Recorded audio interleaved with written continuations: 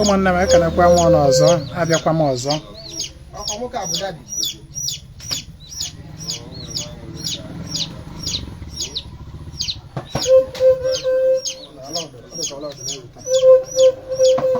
Ezinwa Anaedo ka ọ na-afụ o wee nsị ka m kwuo mana o nwere pikchọ ntinyesịrị oge a o nwere imeji ntinyelụ ọ na-ada abụ some people bịa otu a binda na m bụ Akajiọfọ Ogwugwu na be anyị some of my followers my friends na-abụ fajezie na onwe ka onye ahụ jee n'afa onwe ka ọ bụrụ na afa asị anya jee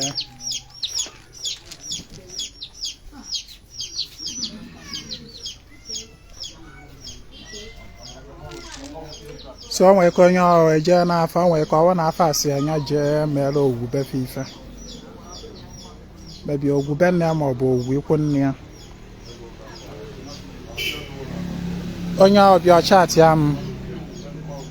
asị m na ya chọrọ imere ogwugwu ife mbịa jụọ m ekele ogwugwu ị chọrọ imere ife ịma ụfọdụ ndị anaghị ada aghọta na nnọọ ụfọdụ ndị anaghị ada aghọta eziokwu na-akpọrọ ya ogwu mana ogwu niile abụla ofu eziokwu na-akpọrọ ya ogwugwu mana ogwu niile abụla ofu ogwu nke mbụ ọfọ ya owuwu akpọrọ owuwu Urudunu maka na ọ dị n'obodo akpọrọ Urudunu akpọọ ya ogwugwu Urudunu ogwu nke a sị gị ji emere ife nwere ike bụrụ ogwu nke be nna gị o nwere ike ma ya bụ na onye Urudunu o nwere ike ma ya bụkwu na onye Oraifite ọ bụrụ na ije n'afọ otu a asị uje emere ogwu ife ọ bụla ebe ọbụla ịfụ na ogwugwu ije mewezi ife maka na asị gị ji emere ogwu ife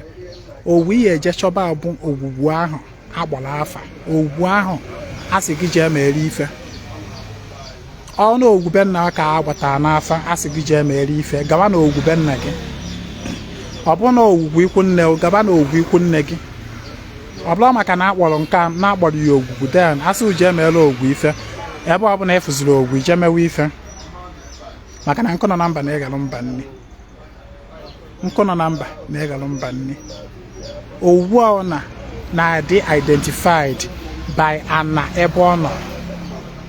ana ebe ọ nọ yọta ihe na-ekwu ihe ahụ correction nsọ ọkanye ya correction nsọ ọkanye unless ma jos ihe ị chọrọ bụ na ịjọsụ chi imere ogwugwu mbụ nọ n'isi ya ife na ịchọrọ ịyọ ya amala ma ọ na ịchọrọ iyọrọ ya ife ị nwere ike bịa ma ọ bụ send ego awarụ ọjị n'iru ogwugwu nke ahụ dị but what I'm trying to correct bụ n'ije n'afọ asị uje emere ogwugwu bụ na ife and then uche gị wee na-agwa gị na ogwugwu bụ ogwugwu na ị nwere ike ịbịa na Oraifite na ogwugwu nke mbụ ọfụ mee the same thing na ọ n'ime ya na ọgago